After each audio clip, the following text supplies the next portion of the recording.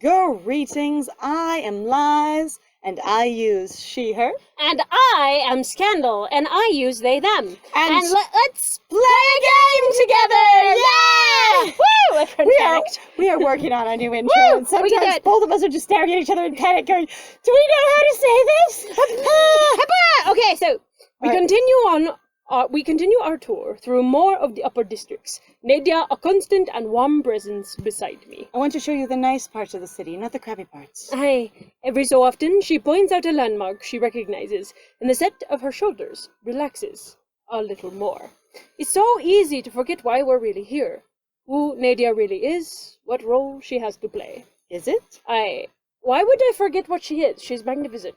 Yeah, I was going to say, That is, again, what we're trying to do is we're trying to bring the Countess down to our level. And I was right, because I was like, they really are writing this as if Nadia is so completely, distinctively, disgustingly out she of is touch. Elevated beyond, and also that basically the only reason that the apprentice has been so bold, as she puts it, is because they're just uncultured. They have no idea that what they're doing is ballsy. Oh, is it ballsy? And Corazon, no, not at all. It's what I deserve. Thank you. I was thinking is so in between episodes I had a brief thought in reference to the city being, in basically economic crisis in reference to the plague and loss of leadership, and that even it was mentioned in the other route, but also that she was aware of it and kind of thing. Right. And I'm very interested if we're going to encounter any of that on our trip in the city. Because right now it's like, the gentry and, the rich people and stuff, and going, all right, so when do we get to see the dark underbelly of people begging on the street? Because, we've had a plague and then an economic crisis. However, that depends on your culture. Some people were just like beggars on the street are just normal. Right. Because if you had a caste system, that would just be their point in life. Always be that way, whether you were doing well or not. Right? Corazon, I wish I could show you only beauty. That our time together could be blessed by nothing but luxury, the only thing in lives that are valuable and important. Unfortunately, that is not how this world works. Are we going to do it? Are we going to look at the sadness? If I am to rule this city properly, I must understand every part of it.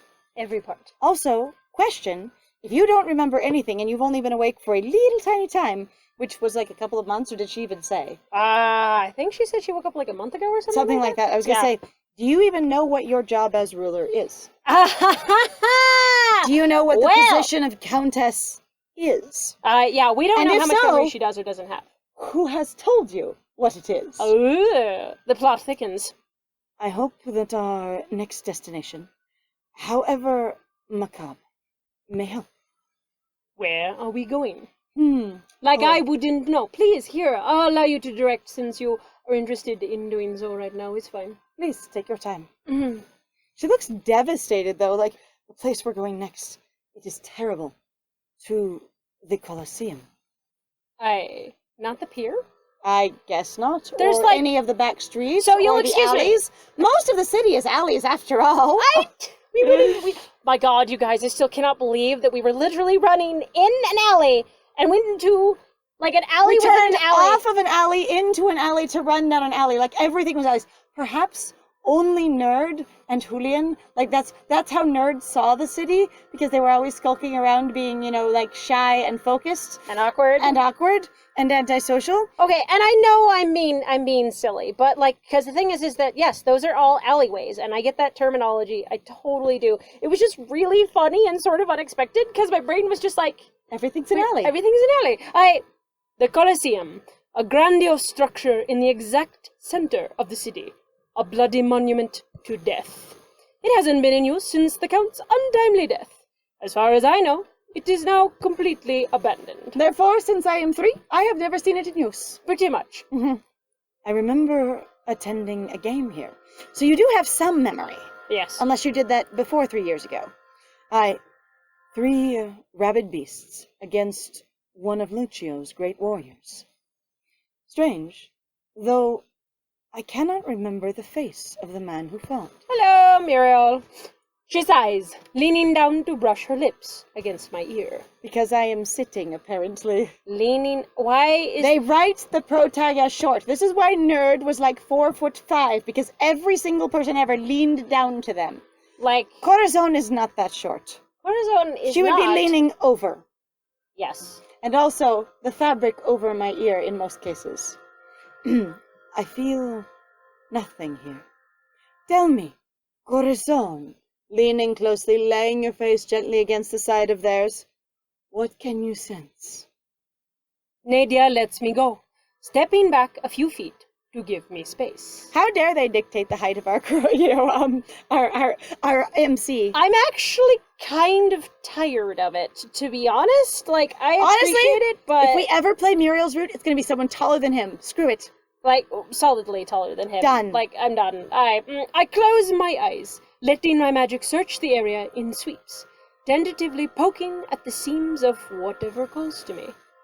There, a hatch, hidden behind an old gate on the far side of the arena. I brush the sand away from it and look back to Nadia. Okay, so dumb fucking question, probably going to be answered, Okay. but why the fuck did we come here? This is a macabre place. An inactive coliseum that you don't know anything about? I said that's But not, that she wouldn't be clear with us of what she was looking for, and we just assumed? I suppose it's This macabre is... because it's, in her opinion, a monument to death and destruction. But again, why would you come here if you want to see the city destroyed? This isn't active. This isn't where people live, as far Or as I understand. If you want to know how to rule the city and see it, yeah, why would you come here unless this you knew doesn't that make was there? any freaking sense to me. This is just weird and edgy. Unless somehow she knew that thing was there and she was waiting to see if we could find the red market. Right? This is a weird little test. This is why I'm like... On the what other are we hand, doing? I'm also just like, okay. Hidden behind an old gate on the far side of the arena. So, we're standing here in the entryway because we haven't gone anywhere yet. Right. Corazon sends out their magic, finds this thing way over there, and with their magic, brushes the sand off of it. From a great distance. Look back at Nadia. So, there's this pausing as Corazon, gently, looks around and investigates everything with their magic. Nadia watching them in rapt interest. And then, there's a little puff of poof across the distance. And then, looking at Nadia. Corazon looks over at Nadia after this occurs. Nadia raises an eyebrow. Because they're all the way on the other side, so Nadia didn't see it, because Nadia's watching Corazon. Yeah, Nadia sees nothing. Huh. Somehow, they are all the way over there. Oh, she totally knows. Let's just say she totally knows and she was waiting for you to find it. She looks way over to where you have dusted it off. Is she pulling a Julian? I know it's here, I don't... And what's down this rabbit hole? I wonder.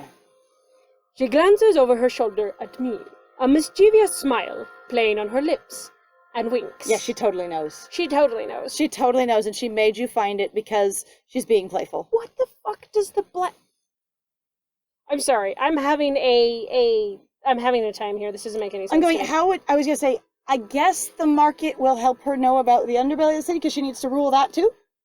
But if she knows it's there, wouldn't she maybe have been to it? Or does she need you to be aware of it as well? Are we gonna run into Julian down here? Then she opens the hatch and disappears into the dark passage revealed below it, leaving only the scent of honey behind. Oh, now she has a scent. What? This is premium? Oh my god, seeing the market at all is premium. You're insane! Why? What the absolute dumpster fire? Well, guess what? We're gonna do it, my bro. But also, you would have to leave the Coliseum and go back to wherever the boat is? That sounds insane. This is also why would you wait in the boat? Also, if she's like, I want you to escort me, I want you to be here with me, and I want you to help me blend in, why would anyone just wait in the boat? She didn't ask you, she didn't invite you, she didn't give you a choice, she just looks at you and goes down. Also, why the fuck would you leave her alone? That's what I mean, with no communication at all. Why would anyone ever just go, and down she went to an unknown place that I'm unfamiliar with, and I just leave her? And also that you she don't leave may or may not have a memory of. Right? Oh my god! This doesn't make sense for so many reasons. And then you stuck this behind Okay, writer, I have to ask you, did you just run out of ideas? I'm there's supposed to be something, scandalous or fun about this, but if Nadia, if I'm reading Nadia, the only possible I can think of is basically the idea that going, I need to show you the rest of the city. Here's a macabre dark thing. Hey, let me say in very subtle, indirect ways, want to do something fun? And if you don't catch my meaning, I guess, you won't follow me. But if you do, you will. That sounds wild as hell. That This sounds is- super indirect for someone that's been totally direct in everything. Like, Nadia is the most direct character I have met in this entire thing. If she's doing anything flirty, yes. No, but even with other stuff, when she's like, I am hiring you, here's what I want from you, Oh, here yeah, are that's your true. directions. Okay. She is direct. She's very clear what she wants from Pasha, what she wants from other people, what she wanted from Julian, what she even Doesn't intended to do with him. any sense. Why wouldn't she communicate with you at right. all on this? Well, we're gonna have to pause because we have to go find the scene, and then we're gonna have to figure out where it starts and ends. So We'll here be we right go. back. Be right back. All right. Alrighty, guys, so we know we have an idea of where the scene ends, and we should be able to do this. So in accordance to our agreement with Nix Hydra, we're going to be describing what goes down the rabbit hole. Here we go. No more rabbit guards for you. I'm sorry. All right. So Corazon just takes the same path as Nadia did, avoiding all of the little odds and ends that spiders have left behind. Which I am confused why are there, because if this is the popular route, Also, then why would it not, you wouldn't have to duck because other people would have knocked did things we out of the way. jump down? Oh, land? Okay, this suggests that there was a level of, like, hopping Dropping. into a space and then doing, like, a superhero landing, which is something that Corazon is not equipped to do. Right. So next, then Corazon takes note of the sounds of what appears- hearing Where's the- noises made by feral beasties.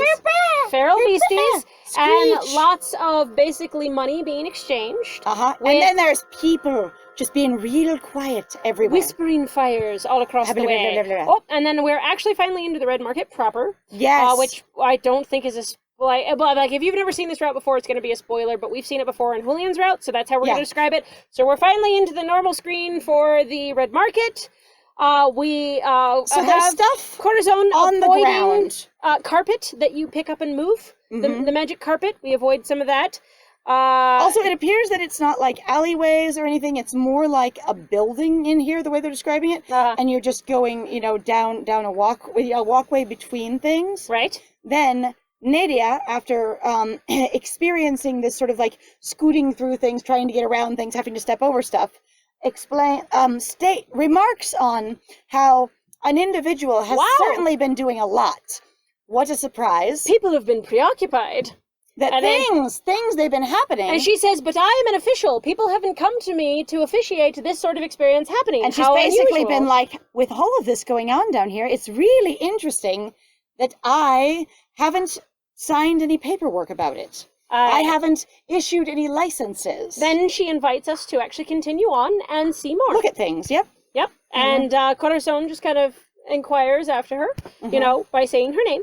And she basically dismisses the inquiry with a gesture of her head. And still looks Or a the bit- usage of her name, which might be the other thing, too. Possibly. I was just saying, and then is still looking a bit like flirty and sort of like.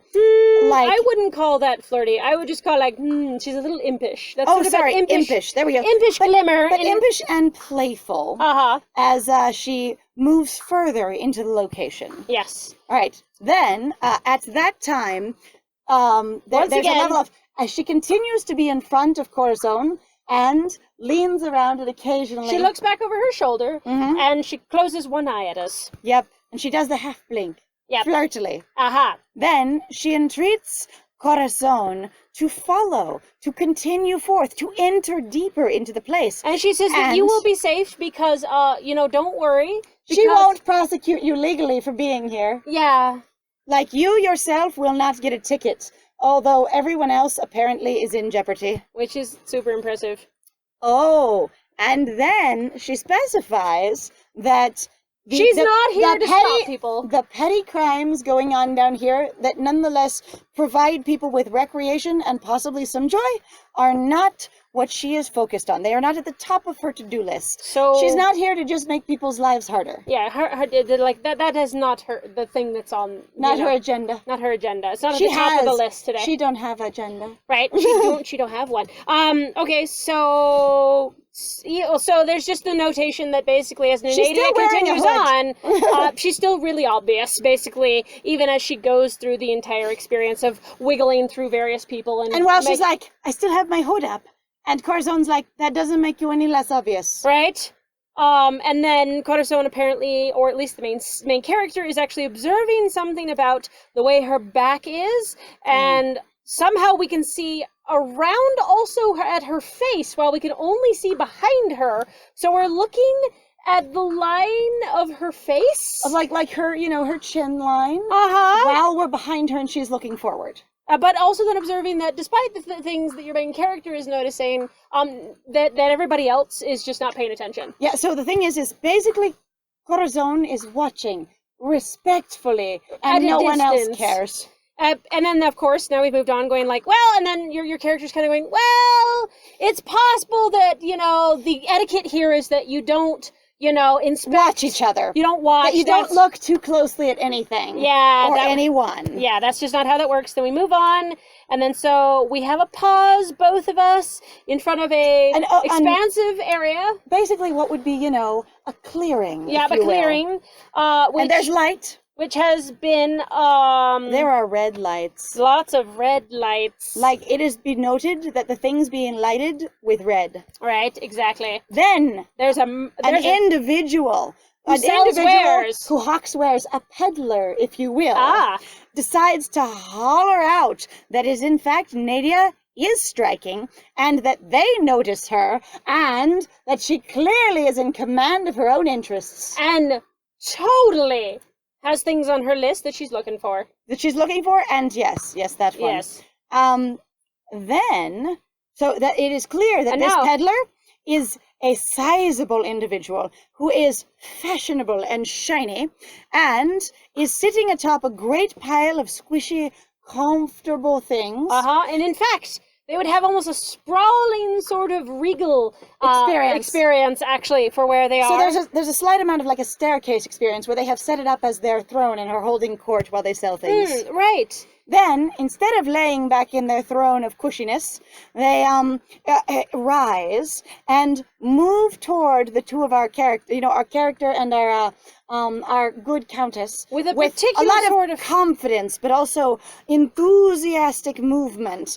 And are in fact a lengthy, characteristic smoking implement. Yes, smoking implement, and they hold out that smoking implement, and then they try and stifle, an expression of you should be wearing a mask because, yes, into a lovely pelt collar. Yes, of course. And Nadia, who does not acknowledge the coughing or that we are not social distancing anymore, or the lack of their mask, even though she has a lovely head wrap on. Acknowledges that she's aware of her list, her priorities. And that she does, in fact, know exactly her preferences in things, and inquires as to what this peddler is peddling. Basically going... Or suggesting. Do you have what I'm looking for? Yes. Oh, you know that I know what I like? What are you offering? And then the merchant suggests that that they are extremely aware of what it is she is looking for, and that they absolutely have it, and they extol the value of the entire locale itself, and that it could accommodate what absolutely anyone might possibly desire. They just even things they're not aware of. Yep, things they didn't even realize they had designs on. And of course, the lovely Countess gives us a quick glance and a grin, and a delighted expression crosses her face, and then she returns her attention to the lovely peddler here, basically, and allows them to take her fingers to grab hold of the end of her extremity. Yes, and then there is a lot of jewelry and a smooch. And there is the respectful of, I have grasped the royalty's appendage, and I will place a smooch upon it. Yes, I do the smooch. Then the merchant basically guides our two individuals to a large clustering of animals, and suggests that the two do, in fact, make themselves comfortable, much in the fashion that they previously were. Yes. In a big pile of soft fabric. Yes. Huh. our good countess gets herself down and comfortable initially and before ourselves, and afterwards assists and also invites Corazon to do the same. Even though what they say here is basically a Yankee down and going to woo kind of thing, as far as I could guess. Except for I think Nadia would be more respectful of someone who has, you know, a limp, and would offer, be like, here, come join me, and I will assist you down should you accept it. Right. But also there is made note of the fact that apparently the proximity in which Nadia and Corazon are has put the character in a position where they could actually just sort of flop their way Just into lay themselves across her legs. Across, yes. If they so desired. Mm-hmm. Across her while she is seated. Then Nadia states that she's like, she is in fact interested in what the peddler has put forth. You've got my attention. And then suggests that he is going to do aggressive, like, what is it, like high pressure sales. Uh-huh. And she's ready for it. I'm ready for you to lie to me. Come on. I'm ready for you to also insist I lay buy. it on thickly. The individual who is selling is just greatly amused. They They sound like good old Saint Nick. Claus. Yep. They're so enthused. And it just makes their body jiggle like the proverbial bowl of jelly. Yes. I was gonna say. And they waggle. They make a gesture that's somewhat dismissive, yes. like, ah. And then there is going to be no amount of high pressure sales without this person first denying it will happen, because they're like, oh, no, only ceremony, and offers everyone beverage. Yes. And then a toast. Yes, good, strong toast, you know, like long live the countess, such as things. Yes, except without that, because that's not the game we're playing. Right. So, and then this lovely person, they set out vessels with which everyone can drink before us. Not on the silk, I'm glad to hear. Actually, not on the rug or the pillows. On the physical, you know, like pavement, dirt, as it were, or possibly the cobbles, where everyone's been walking. Right. They put these vessels for drinking. Oh, and it sounds like they pour chai. It does really sound like they serve chai, except for it's not warm, so perhaps not. Could be spiced wine, something like that. I mean, if it's super, like... If it's super scented, if it's very aromatic. And also considering the type of, like, kettle that it is, that sounds like chai. I love it. I kind of love it. All right, so then our good countess reaches out very near the ground, but doesn't touch it, and lifts the drinking vessel, and is about to taste it, and then waits, and absolutely, like, decimates. Cows the merchant, just with the same look she played on the dogs earlier. Just her eyes piercing. The merchant, again, has this problem where it suggests they might have corona. And they acquiesces quickly, actually, this individual, and they take a goblet of their own. And they just slurp it down. They take a quick gulp. A quickie gulp. And then after seeing this, our good countess just pauses like I am totally superior, and then takes a small protocol, my dear. A small drink of her own. Yes. Then she points out, after enjoying the flavor of said drink, that it is made in the fashion of a completely other location. Which actually, as far as we know, because we played the other route for Julian, that she says it's from where she grew up. Yes, I was gonna say, and that she hasn't had anything like it for quite some time. And it's cookie. Is grateful. Yes. It is the bean juice, actually. This is actually steeped bean juice, not steeped leaf juice. It's not. Or herb juice. Herb juice. Then, she insists one more time, appreciate your ceremony. Now, sell me things, okay? Now, I am ready for you to convince me. Go on. Please. Do it. Yes. I want to hear your elevator speech. Do it. So, apparently, if Corazon is still draped across / next to / on top of her, there's a level of, like, leaning over to where is required and quietly speaking. Yep. While also there's a level of, like, petting and cuddling going on. And particularly, like, right across the like right under the shoulder by the base of the neck. Yeah, like that's pretty intimate. And then, while she is cuddled down in said way, while Corazon is basically laid out. And now she has moved on to shitting on her husband and his poor taste in animals. She really is. She's or like animals that suffer, basically. What if I also proceeded to initiate a menagerie, if you will, or of horribly, like poorly instructed rare creatures. They are pale white, they have Yes. pink eyes. Oh, lacking in pigment. Yes. Wouldn't that be lovely? And then our lovely salesperson goes, I will take this completely seriously, even though you whispered it directly to your companion. Right? I will not only hear you, but 100% dive in and commit to, I've got one of those. He goes, Just pray, wait here. Pray. A word. I will run off immediately to go find the thing you're asking for. And it seems specifically to be a she. It does. It does seem to be gendered as a female. Yes. And so, the individual in question, who did not, in fact, sales pitch at all yet, despite Nadia requesting it twice, Yep. if even demanding rather than requesting, They're is very graceful as they stand again. Yes. And then they blink with one eye, sort of cheekily, at Corazon, and they go behind their containers where they have their beasties. Yep. They're all yellowish, expensive. They are in all color. the lovely, expensive metal. Yes. And then Nadia, once again, is drinking her Procran experience. Yes. And then sort of gives a probing look. Like, looks Actually- intently and curiously at Corazon.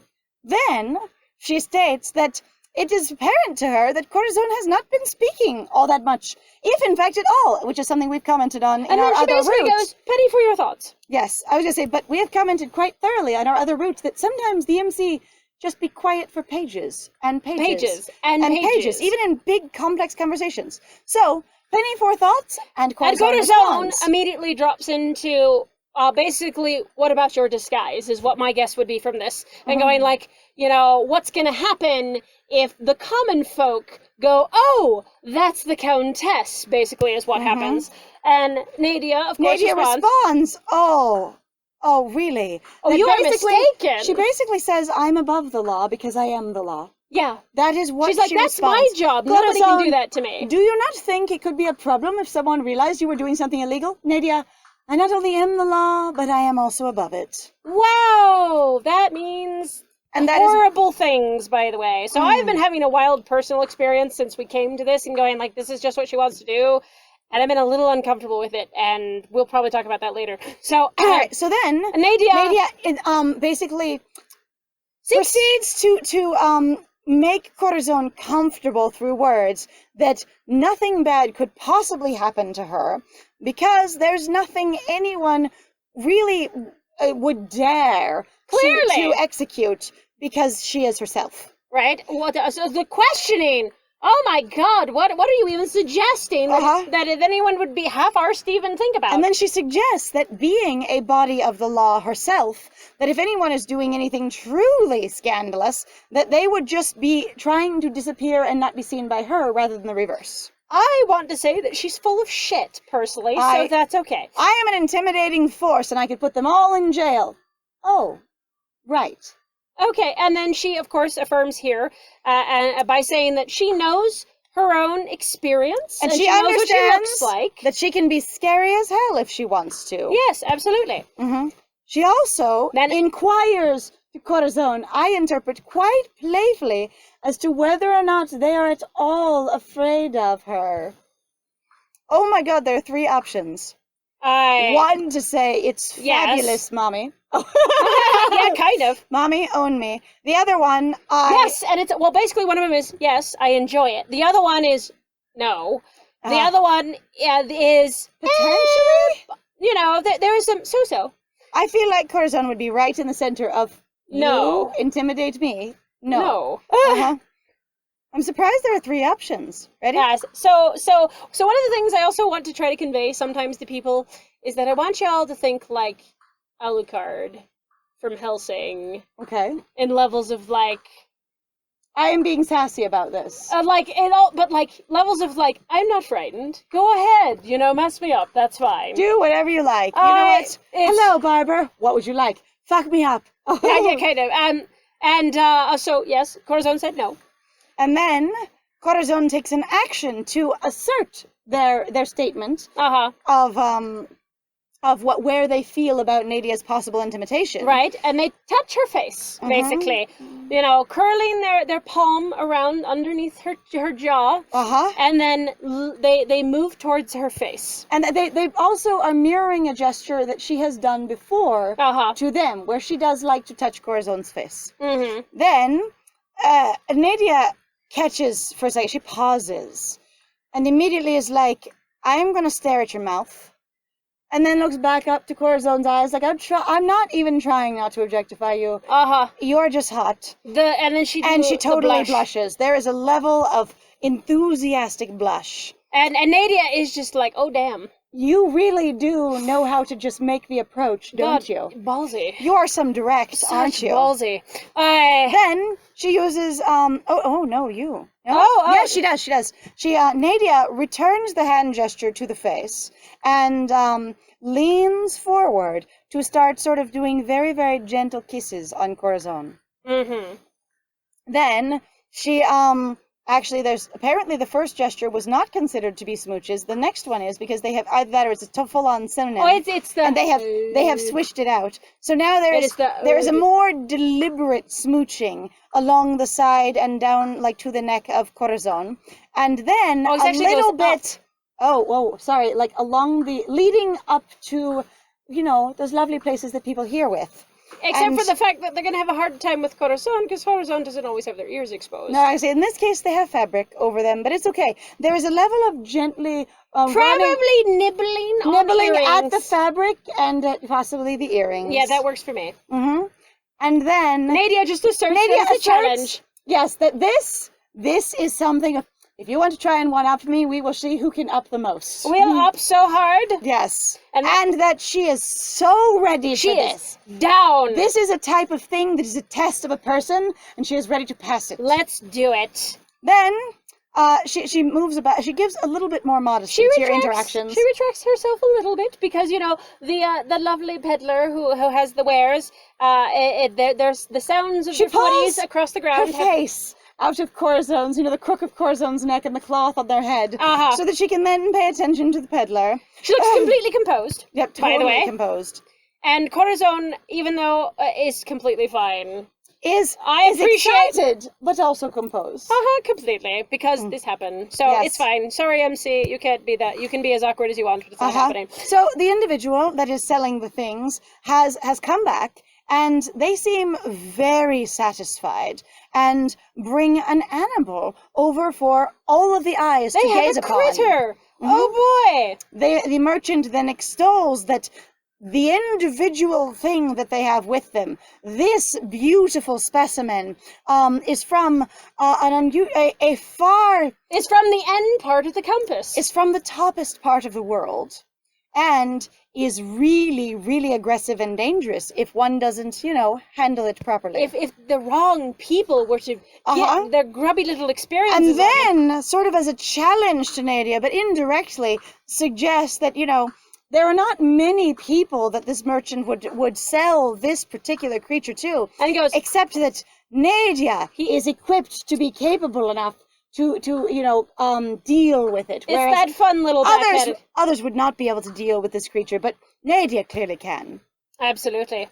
Oh no! Okay, there is a picture of, oh god, her eye is cranked so hard to the side, like you can barely see any iris at all in the crook of it. It's wild. That is that looks uncomfy. Okay, I don't know if I can get my eye that hard to the side. This is a spotted cat from the savannah that has long, lanky legs. Chirps and it runs the fastest of any cat in the world. In 3 seconds. Yep. And so it does the little chirpy sounds that they make. I would say, I don't know what's going on with his head there. That almost looks like horns, though. That's wild. I don't know either.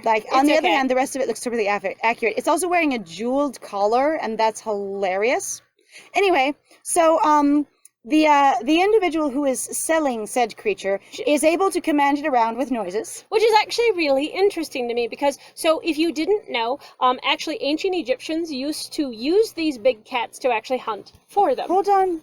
Oh, well, there was something about this one is particularly the color of the sky when it is about to be evening. Oh, when the sun is going down. Which does not sound very albino to me. Yeah, it doesn't sound that way to me either. Actually, even though it's like, I bet he misheard her because she was whispering into your head.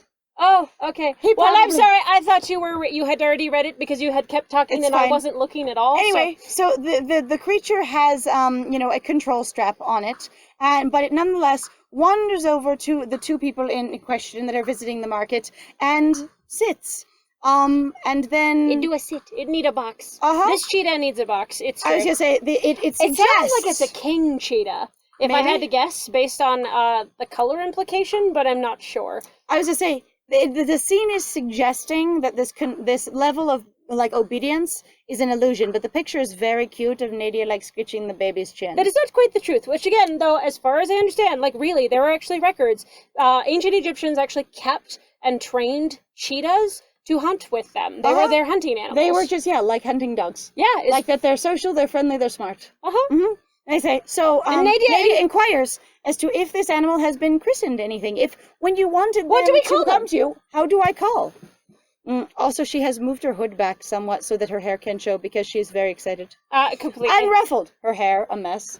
Totally unruffled. Yeah, I All think right. it's fine. The merchant suggests that He doesn't suggest anything. previously... He just states Okay. the individual the individual who used to own this To keep, critter. yes. They called them a specific name that we can't say.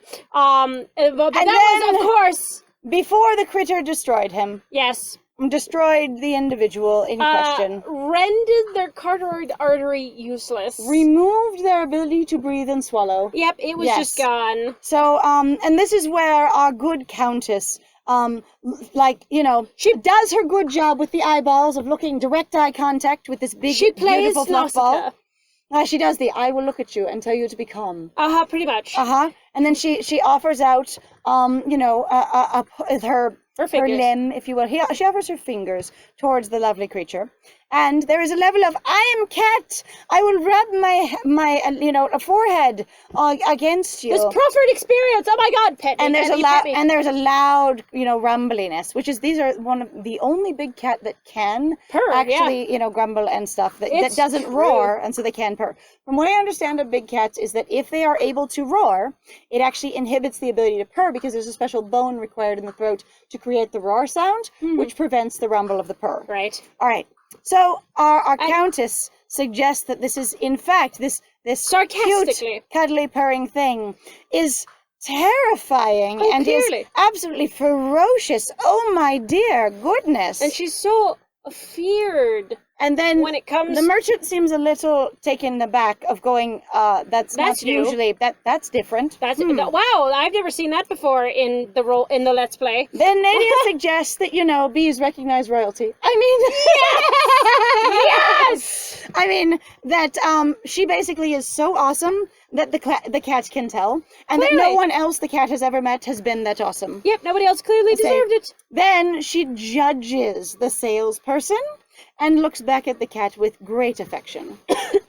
She also proceeds to make a gesture that makes the noise. The one where you want something to happen now and you're just like, now. Aggressively With her fingers. move your fingers across each other. As I say, and the beast and the critter leans down and proceeds to lay all the way down Floop. in front of her. Plop! I am the comfy. Oh, such comf. So Then she suddenly we go back from that big special image, and then Nadia actually encourages apparently Corazon. So we go from the cat lies down to Nadia saying, "Please continue, Corazon." Maybe an Proceed? invitation to pet them, maybe or something. Maybe there's an invitation too. Oh, actually, good. Corazon is also unsure of exactly what she means. Yeah, Corazon. Now you We're need to like, be explicit. both of us. How did that follow, Nani? Corazon? That Oh, it is about petting her. So Nadia Uh-huh. confirms, explaining, going, there shouldn't be any violence. And if Sasha decides, there is, for any reason, then she suggests that you might just be skilled enough to avoid said violence because, you are capable and physically skilled. wow. But it's a question going, aren't you fast enough to avoid being nibbled? Right? Right? Corazon, are you mocking me? Or going again, Nadia is posturing and showing off because of the merchant nearby. She is going, oh, you can do this, can't you? And she And is really Corazon just... going, oh look, you're imitating the merchant. How arrogant you sound. And so there is Corazon gazing at the lovely Fluffy. little Fluff, who makes a happy noise. They sound so They have fucking the cute. cutest Oh, little God. sounds. They And almost sound like little birds. It's adorable. the big cat looks up. Is ready to receive the pets. Yep, exactly. So the cat seeming interested makes it so that Corazon is all like, I will do the petting. Even though Corazon was not concerned about this at all, to be perfectly honest. They're like, Nope. of course I can pet them. But they Like, are very interested and inspired by the feeling of the fur. Yes. Going, I have never petted The neck that ruff is cheetah. probably amazing. floofy, 'Cause floofy, on floof. cheetahs, they have an amazing amount of Yeah, neck, they do. like neck ruff. Like, whoa. Then our good countess also scoots in joins real in. close and pets the kitty as well. Yep. Then her one hand on the kitty and one hand on Corazon, holding them close and and just reaching up To the head. to the back of of the head. Corazon's neck, and then very, very lightly scratching, Yes. like sort of in a tantalizing way, if you will. Yes. We assume. And Nadia says out loud of like, wow, Nadia. admiring the beautiful, beautiful animal.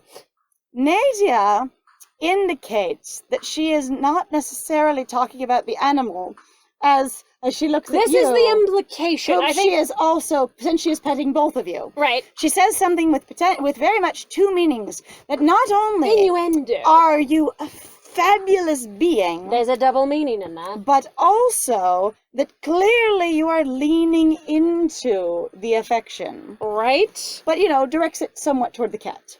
And also, though, Nadia pointing out as well that the animal is in question is also, though, still dangerous and has no qualms about fucking up your experience that And you dare to pet them with. The double sort of meaning kind of suggests that Corazon, being what they are, is also potentially dangerous.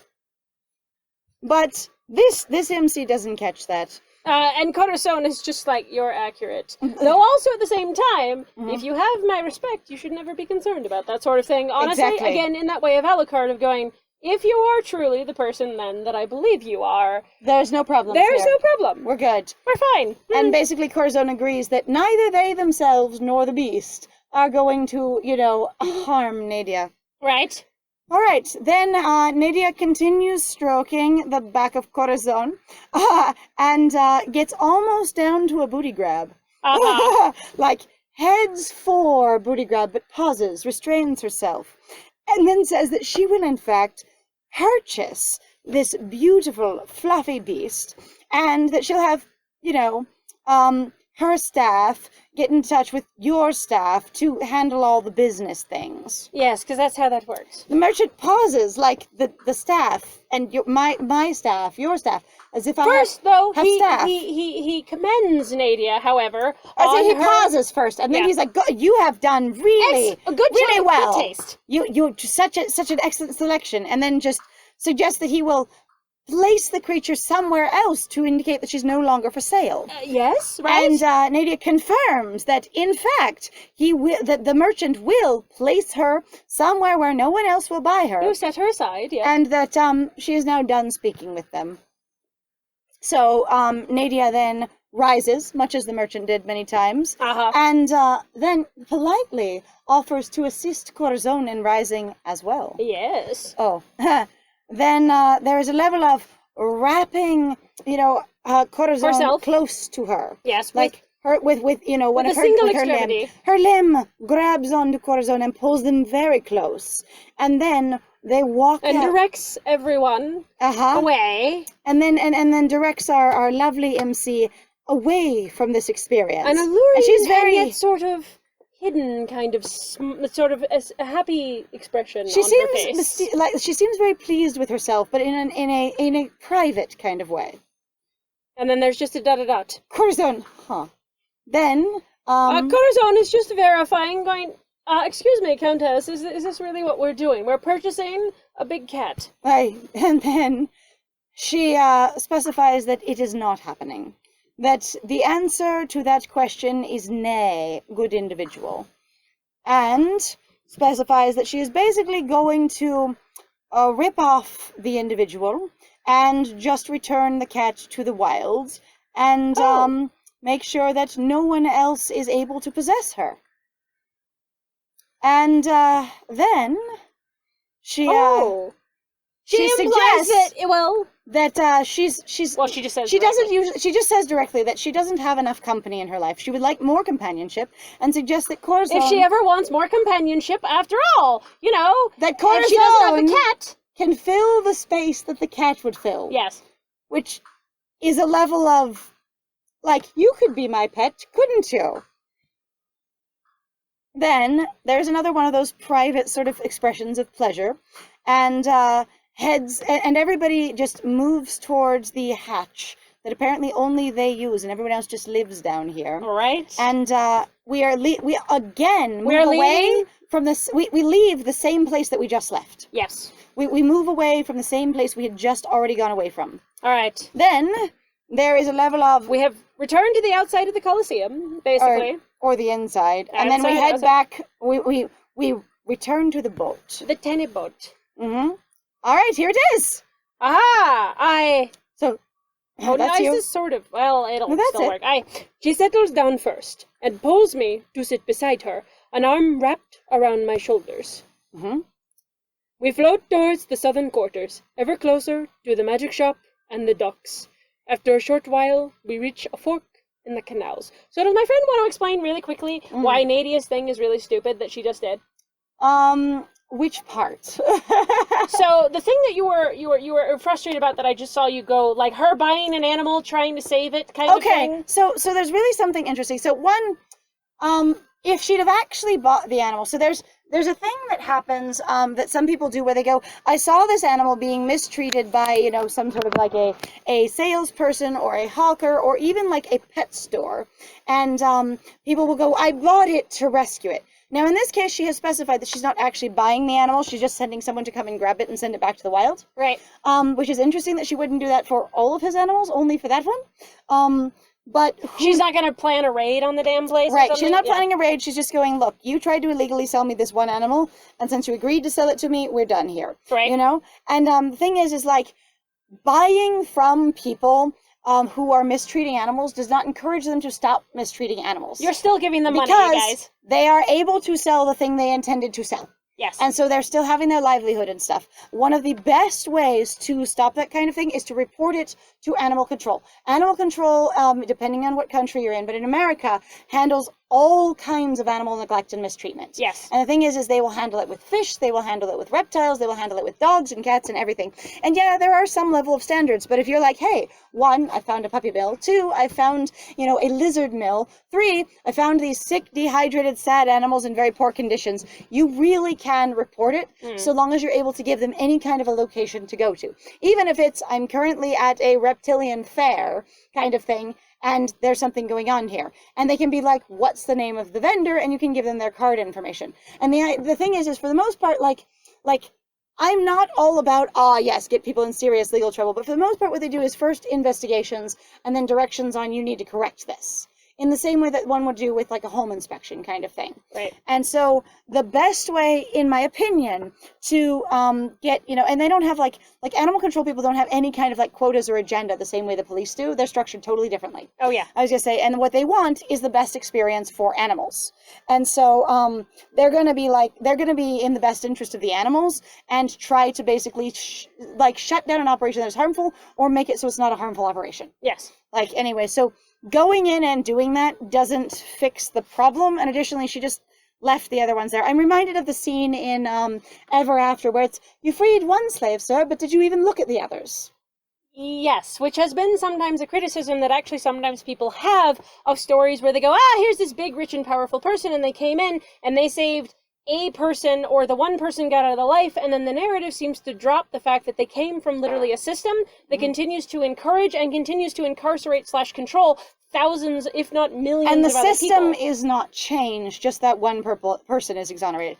But somehow then the story goes, oh no, but they're going to make big changes, and you're like, that doesn't mean anything. It's the sort way of it was an empty also gesture. described down there, it was very interesting. It sounded like the entire red market was a menagerie. Abruptly, That there was nothing else down there. It was just people selling animals. And that, like, the entire thing, like, we walked away from all of the animals, and then we walked away from all of the animals, and then we were walking out of the area of all the animals. Like, it sounded like the entire experience down there was alleyways full of animals for sale. And I'm wondering if her focus was just because this animal was more exotic, and basically the other ones in cages were common ones, so that's what she cares about. Yeah, I have no idea. Or if she's basically sort of sugarcoating it for you and keeping it subtle of, no, we'll go and take care of that one, when she means we are going to be raiding this. Right, and the whole thing. But I don't know. But at any rate, weirdly abstract for Nadia. Anyway, so yes, we are out of time. So thank you very much, everybody, for joining us. If you like what we do, please feel free to like, comment, subscribe, and also share our videos if you're having a good time with us. Please also feel free to go check out our Ko-Fi and our Patreon. It would mean actually a lot to us if you did.